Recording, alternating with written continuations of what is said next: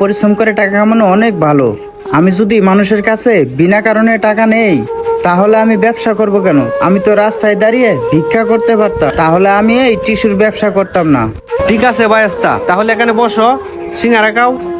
না কাকা, আমি আমার পরিশ্রমের টাকা দিয়েই খাবো।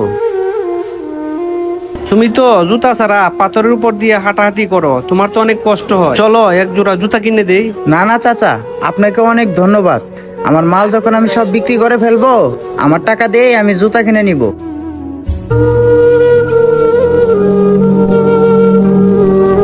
এই দাও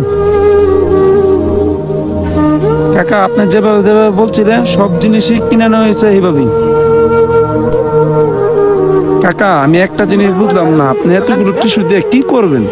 কাকা আপনি চাইলে তো এতগুলো টিস্যু দোকান থেকে কিনতে পারতেন, আমাদেরকে দিয়ে এতগুলো টিস্যু ওই ছেলের কাছ থেকে কি কারণে কিনাইলেন? আমি কেন কিনালাম?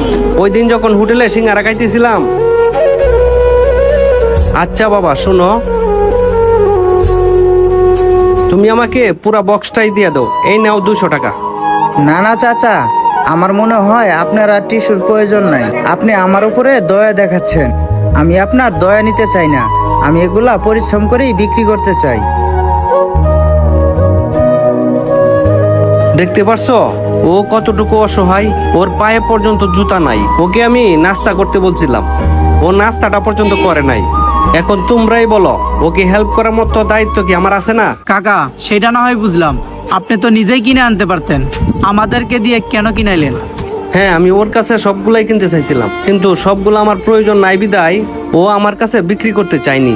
কাকা আপনি একটা ভালো একটা কাজ করছেন, আপনাকে অসংখ্য ধন্যবাদ।